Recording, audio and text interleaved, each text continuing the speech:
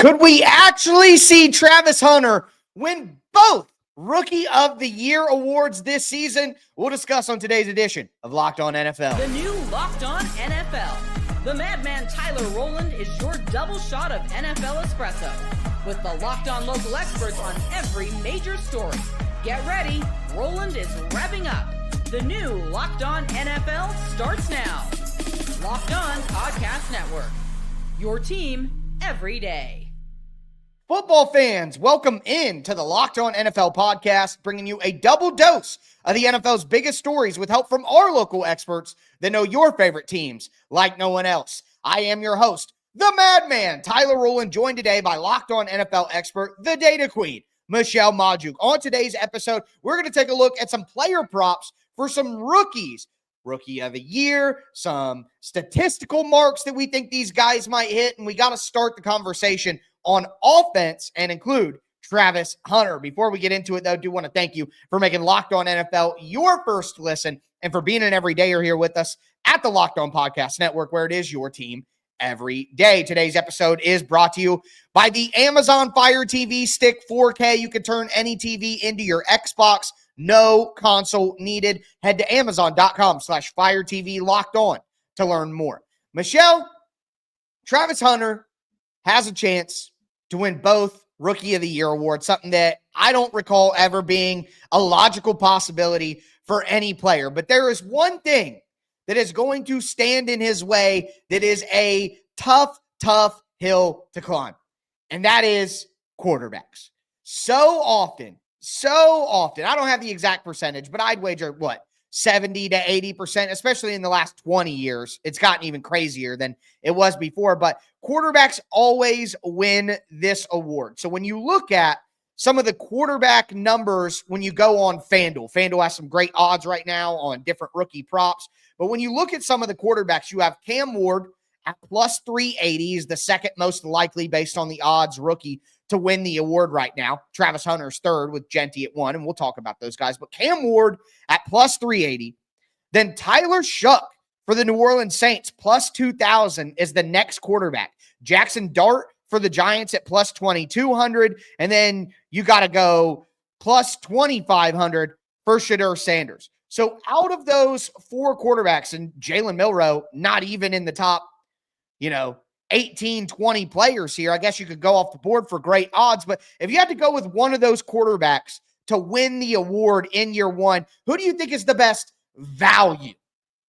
Even though the value's the lowest, right, at plus 380, or like the least money you can win, it's the only one that makes sense to put a bet on for these quarterbacks, because Jackson Dart has to compete with Russell Wilson and Jameis Winston to even get on the field. Who knows?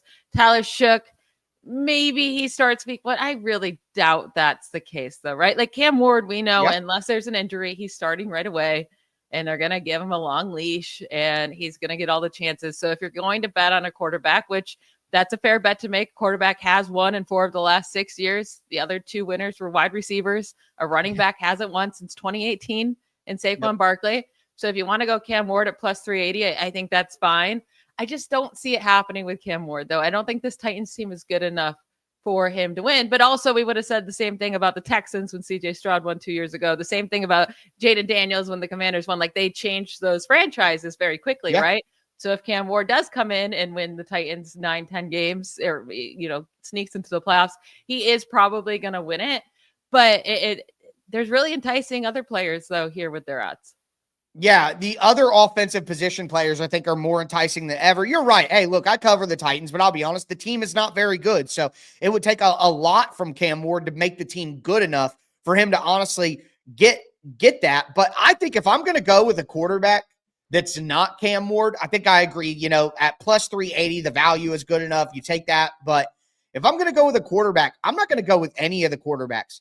I'm going to go with Will Howard from the Pittsburgh Steelers, because if for some reason, we talked about Aaron Rodgers a little bit throughout this week, I think he's a big winner from the draft because the Steelers are just over a barrel at this point with his decision. But if Aaron Rodgers for some reason decides not to return, he retires, doesn't want to play, and they don't go out and trade for Kirk Cousins, I don't think it'll be long before Will Howard is playing over Mason Rudolph. I don't think you could sell Mason Rudolph to the fan base for very long, especially if they start out clunky. And if Will Howard goes in there and plays the way that he did during his playoff run at Ohio State in an Arthur Smith offense that'll probably try to help him with great playmakers on the outside and a good defense, like the Steelers team is good enough to prop up Will Howard. I think Will Howard could have, like a Dollar General Bo Nix season for the Steelers if he gets the opportunity. So if you're looking for value, at least, I would go off the board entirely and go with Will Howard, who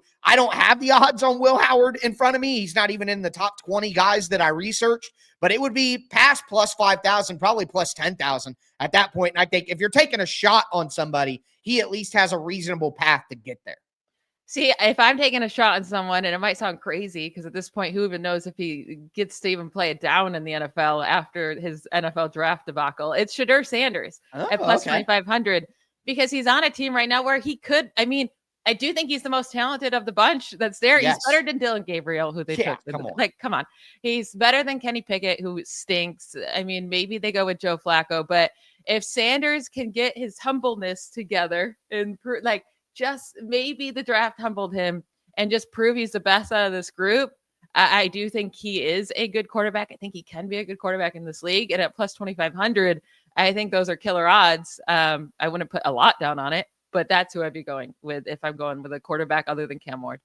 No, that makes a ton of sense because, listen, Shedeur Sanders fell in the draft, and I think it was his father and his attitude, the personality and all that stuff. It didn't have to do with his talent, on the field, like the football. Yeah. And now that you've drafted him, you can't all that. It's there, it's there. It is what it is. Now it should be about the field. And I agree with you. I think there's a good chance that Shedeur Sanders is the best quarterback on the Cleveland Browns.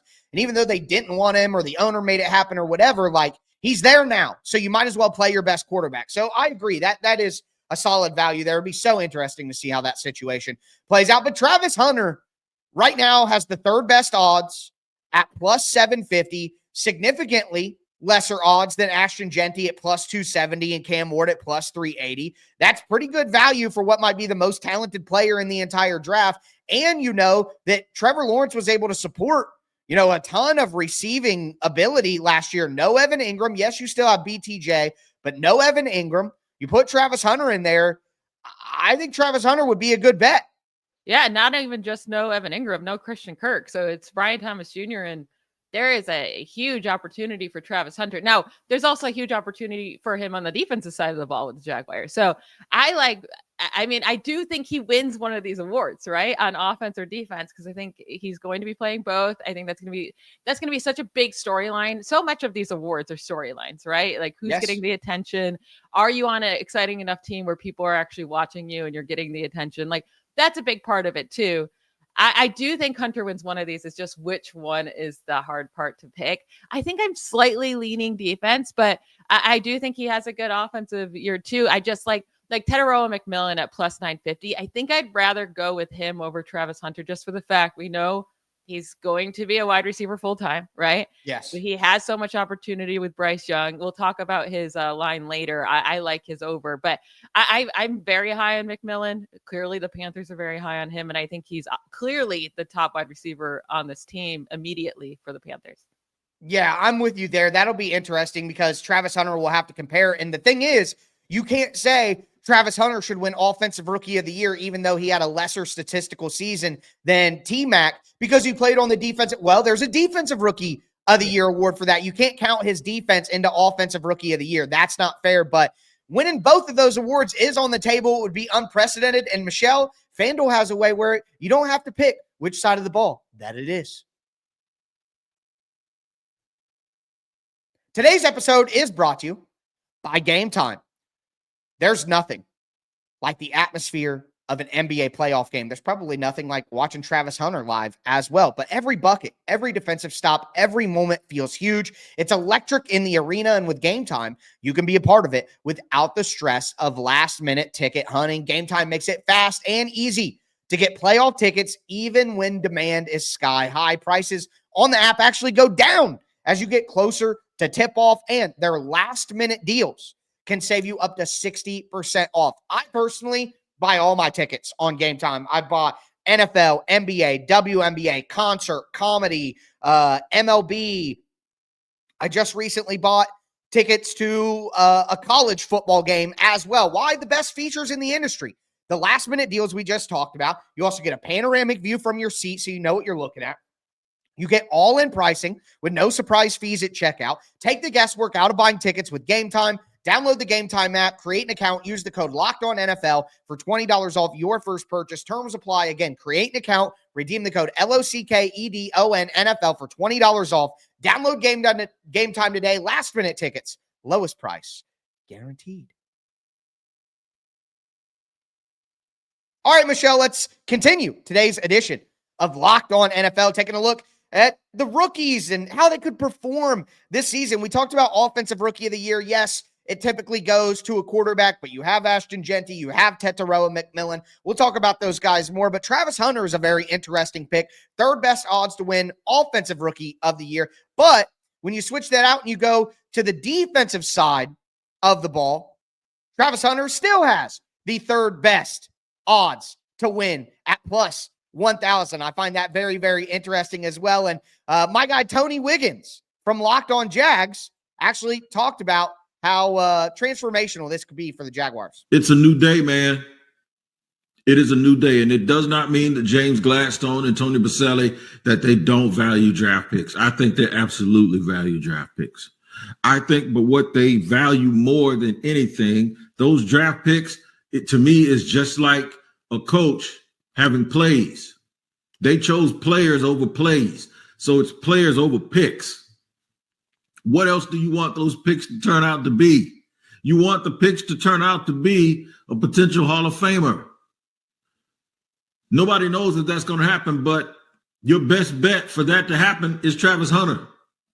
This is what you want those picks to turn out to be. You want people that scare people offensively and defensively, and that the tide will rise. You want all of these different tides to rise so the ship goes up. That's what Travis Hunter is.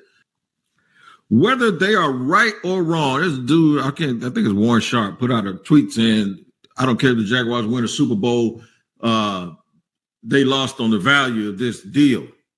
Let me explain something to you, man. If the Jaguars win a Super Bowl, I don't know what everybody's going to be doing that night or the next day, but I can guarantee you what they ain't going to be doing is looking at some damn value chart. You can count on that. They're going to be doing a whole bunch of stuff, but one thing I know they won't be doing is looking at a value chart, seeing if they lost this trade. Travis Hunter's the real deal. I mean, that's why Tony Wiggins is the GOAT right there. Make sure you check out the afternoon edition of Locked On NFL where Tony is the host, but I'm with him there. I think that Travis Hunter has a chance to lift the boats. I liked the move up for Jacksonville. I didn't like the move down for Cleveland because you're giving up on Travis Hunter. And again, FanDuel has a bet right now, plus 420 for Travis Hunter to win either of the offensive or defensive rookie of the year. I think if he just gets 3 or 4 interceptions on defense, even as a part-time player, he can win it. I love that bet of plus 420 to win one of the rookie of the year awards. He's just too talented. Yeah, but I think if you bet separately on each one, even if you do the math, I think you'd still win more. That might be. Is FanDuel tricking us? Is this like when the grocery store says 4 for $5 and they just have it as the same price individually anyway? Yeah, it's really not a deal. I think it might be a little scam because if you bet $100, you only win 420. But if you bet $100 on both, the plus you'd win 1,000, but you'd spend 200, so you'd still win 800. And then for the 750, you'd still win 550. So yeah, it's a little scam. You don't do that. Bet on both of them separately.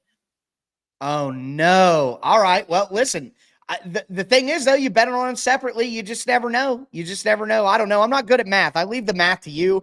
I know football. You know the data, so I'll lean on you there. But I guess if you had to choose between one or the other, you could only bet on one. Which one would you go with? It's so hard because, like you mentioned, so many quarterbacks win the offensive rookie of the year. And then when you go to defensive rookie of the year, it's almost always edge rushers. 5 of the last 6 seasons, it's been an edge rusher with Sauce Gardner winning it the one year that an edge rusher didn't.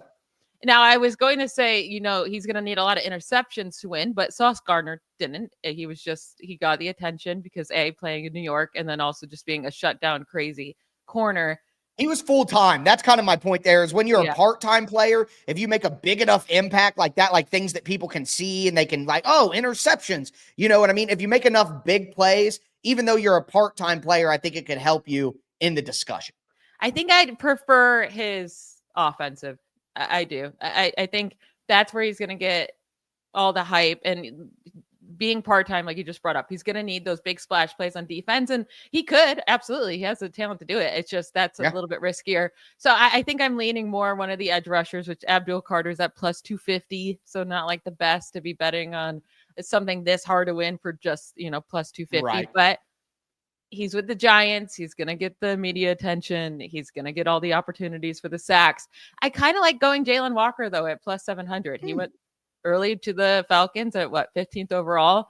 Falcons desperately need better edge rushers, which they have tried this year, adding Leonard Floyd, and then they drafted 2 edge rushers in the first round. But I like Jalen Walker a lot. My 49ers took Michael Williams from Georgia as well. I wanted them to take Jalen Walker, but I probably would go with Jalen Walker or Mason Graham just for the fact that he gets to play in the middle of the Browns defensive line with, teams worried about Myles Garrett. That could leave a lot of one-on-ones for Mason Graham, and that could be really interesting too. You know who I like a lot? I like Jihaad Campbell with the Eagles at plus 1,500. My guy Louie, Legacy Louie from Locked On Eagles, talked about the Campbell pick. But they've never had this kind of piece before. What Jihaad Campbell presents. Like this is, I saw somebody call him a Swiss Army knife from hell on X this weekend. And I can't stop thinking about that analogy when I watch his tape, because that's exactly who Jihaad Campbell is. He's 6'3", over 230 pounds, an elite wingspan for a linebacker. He runs a 4.52, so he's as fast as some wide receivers at the NFL level. Like, this is a do-it-all player. He came into Alabama, recruited as an edge rusher, had 5 sacks last year with the Crimson Tide, but it was as a stand-up linebacker. Like, he would drop back into zone coverage and play really well. He was great flowing to the football, crashing down on the run game. Jihaad Campbell is a Swiss Army knife from hell. He's a do-it-all jackal, a positionless player. He's a shapeshifter. And the Eagles have not had, Howie Roseman has never really had that kind of player before.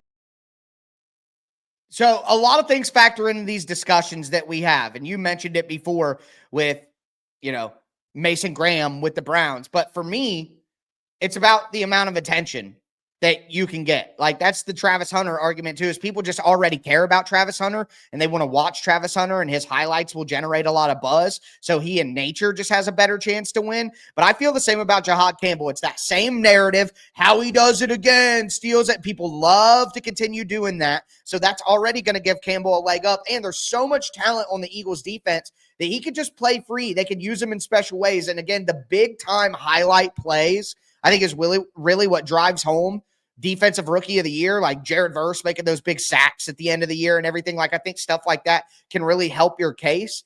And I think Jihaad Campbell could have some big sacks in some big primetime games, because the Eagles always have standalone spotlight games, and the narrative already going of Howie. I think it just sets him up to be in a great spot to get it. And at plus 1,500, he's like the 10th highest odds. I love the value there. Give me Jihaad Campbell.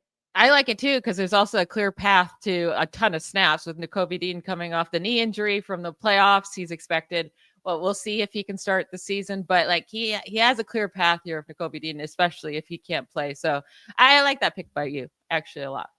Yes, I'll take that, and we'll rock with that. But what about some other player props? Cam Ward, yards, touchdowns, Teneroa McMillan, Ashton Jeanty. Jeanty is just a hammer bet, in my opinion. We'll get into that now.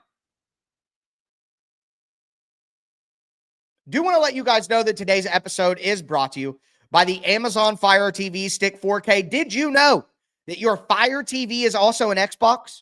You can turn any TV into your gaming and entertainment hub with Fire TV Stick 4K devices. No console required. That's right, no console required. Just grab your paired controller, subscribe or sign in to Xbox Game Pass Ultimate with EA Play included, and you're ready to go. Dive into hundreds of premium titles, including EA Sports College Football 25, Call of Duty, as easily as you stream your favorite shows. I mean, imagine if you wanted to run to a friend's house, if you wanted to go on a trip, if you were going to college and you didn't want to bring your big clunky console with you. That's why you have a Fire TV Stick 4K. Look, head to Amazon.com/Fire TV Locked On to get started. All you need is Xbox Game Pass Ultimate subscription and a compatible controller required. It's available on select devices, including Fire TV Stick 4K 2nd Gen, Fire TV Stick 4K Max 1st and 2nd Gen, and Fire TV Cube 3rd Gen.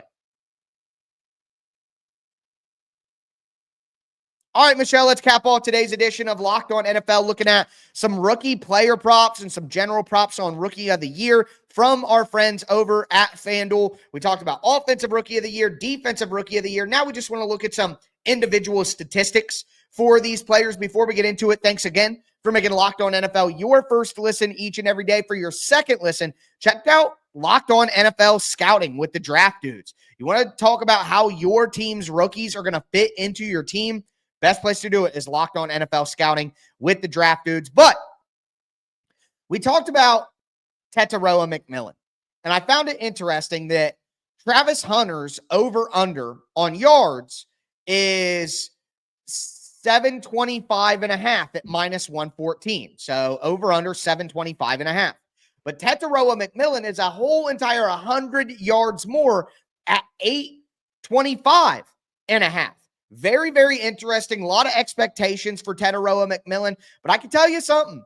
My guy Julian Council from Locked On Panthers was a little surprised by the pick. They looked at their young quarterback, who apparently they called after making this pick to let him know, we're getting you another playmaker, Bryce. They looked at him and what he did in the final 9 weeks of the season last year and said to themselves, we need to get him more playmakers. We cannot just be satisfied with Adam Thielen at 35 years old, with Xavier Legette, who showed promise, but we want to see more from him this year, with Jalen Coker, who was an undrafted free agent, who got cut from the team, then made the team and made an impact this season, and David Moore, who had his best season since the pandemic. We cannot be satisfied with those four. We need to add a player who adds a different element to this offense, and that's why they decided to get Tetairoa McMillan with the 8th overall pick. And as someone who's been constantly bringing up the fact that I didn't think that what they had in the receiver room was enough, I can't sit here and be upset about this pick. All I'm saying is I'm a little surprised,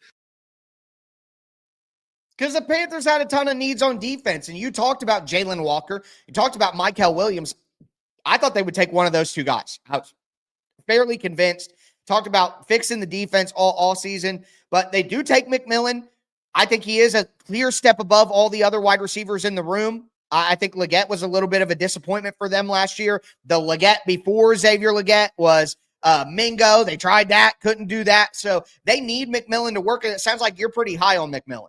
I am. I think he can be fantastic in this league. I think I really wanted the Panthers to take McMillan, and for fantasy reasons, right? For fantasy football. For the Panthers, I don't know if it's the smart choice or not, right? I do think they needed a true wide receiver one for Bryce Young. Mm-hmm. I do think they got that. What's also helping this line for me to take the over is because they didn't take a defensive player in that first round either. So defense, they haven't done enough to fix that. They're still going to be terrible. Bryce Young is still going to have to pass a ton. And at the end of the year, like you just brought up, like once Bryce Young came back from being benched, he did show progress, especially from weeks 12 through 18. Significant. And you look at the wide receivers production, especially at the end of the year in weeks 13, 14, 15, 17, like Jalen Coker had a 110 receiving yard game. Adam Thielen had 110, 102, 99 yard receiving games during that span. David Moore had an 81 receiving yard game. Like all of a sudden these playmakers were getting it done. And a big part of that was Bryce Young and Dave Canales finally starting to click. But 26 rookies since 2019 have hit at least 825 receiving yards. And 5 rookie wide receivers did it in each of the last 2 seasons. And also in 2021, also in 2025, and then 3 in 2022 and 2019. So at least 3 rookie wide receivers have hit this number every year since 2019. Well, if you're in any kind of fantasy drafts with Michelle, I would get Tetairoa McMillan early because you know she's going to be on the prowl there. I do want to move to running back quickly because the Ashton Jeanty line is ridiculous. Like, I don't understand. I mean, I don't call anything free money because you never know. Injuries, all that happen, but there could not be a better bet than Ashton Jeanty over 1,050.5 rushing yards. He's got to go for over 1,050 rushing yards.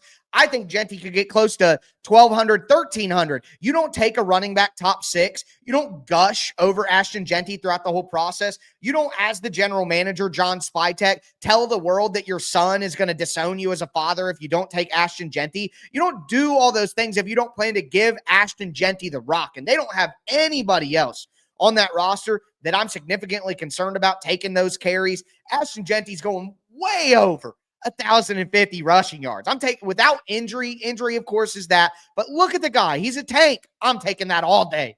That's the hardest part about all of these like season projections, right? It's injury. And that's all, the only thing you have to worry about. But hardest part about fantasy. If he even stays healthy for 14 games, right? He could still miss 3 games. He's going to hit this. Yes. At least one rookie running back has hit 1,050 rushing yards in 12 of the last 13 seasons. Oh, okay. Perfect. 11 of 12 rookie running backs with at least 225 carries over the last 10 seasons hit 1040, but almost all of them hit over 1,200. And then all 6 running backs with at least 250 carries over the last 10 seasons hit the 1040. I know he needs 1050, but still. And then 5 of 6 hit 1,200 rushing yards. 4 of the 6 hit 1,300. So, yeah, he's going to get so much work. I can't imagine he doesn't hit this number. You know, it's crazy, Michelle. I think you might have just identified what set the line. That 1040 number that you mentioned, that might be what they looked at and said, okay, 1050. You know what I mean? Like this number. So that makes it very interesting. You're so good at this, Michelle. Give me a break, man. Like Vegas, if you need extra help, just set the lines for you too. But I'm with you there. I like this one. I think he's going to get the opportunity in that offense. I think they'll be a little bit improved as a team too, just because Pete Carroll is, think about, you know, not to hate on Antonio Pierce, but think about the gap in coaching skill level. Like if you had Madden overall ratings, think about the gap between Antonio Pierce and Super Bowl winning, national championship winning Pete Carroll. Yeah. Even in his 70s. Like, come on, man. That's a different level of coaching. I do want to mention Cam Ward. I guess at the end, 3,200.5 passing yards, 18.5 touchdowns. I would take the over on touchdowns. I don't think I would take the yards bet, whether over, under. I just don't know. Like the Titans have never had a 4,000-yard passer. So I have a hard time saying that 3,200 is going to happen from a rookie in a rookie season with a bad supporting cast. I'll take the over on the passing touchdowns, 18.5, but I'm not going to mess with the yards personally. I'm actually fine with the yards. 3 rookie quarterbacks had this line, or had at least 3,500 actually passing yards last year. Bo Nix, Jaden Daniels, and Caleb Williams. Now, only one did in 2023. That was CJ Stroud, and 0 in 2022, 2 in 2021, 1 in 2020. So last year was kind of like an outlier. But since 2014, 12 of 14 rookie quarterbacks that started at least 14 games had at least 3,270 passing yards. 11 of those 12 had over 3,500 passing yards. The 2 that didn't were Deshaun Kaiser and Bryce Young. Let's hope that Cam Ward doesn't have as bad of a rookie year as those 2, right? Yes, and like the reason I did the 14 plus game starts is we expect Cam Ward to start immediately, right? Yes. So as long as he doesn't get injured, I do expect him to start pretty much every game. But there have been only 5 quarterbacks to start all 17 games since the change to a 17-game schedule. But all 5 of those had over 3,500 passing yards, right? So if Cam Ward does start the whole year, it seems like this is a pretty easy line to smash. And last year, the Titans had 3,317 passing yards as a team with Will Levis and Mason Rudolph. So I don't think it's crazy. You know what, Michelle? I think you're just hearing battered Titans fan syndrome is what you're hearing from me. You're right. The logic points to an easy over. Listen to Michelle. She's smarter than me anyways. But with that being said, that is going to do it for today's edition of Locked On NFL. I am your host, the Madman, Tyler Rowland, with my co-host, the Data Queen, Michelle Majuk. As we tell you every single episode, thanks for tuning in. Stay safe out there. Bye, y'all.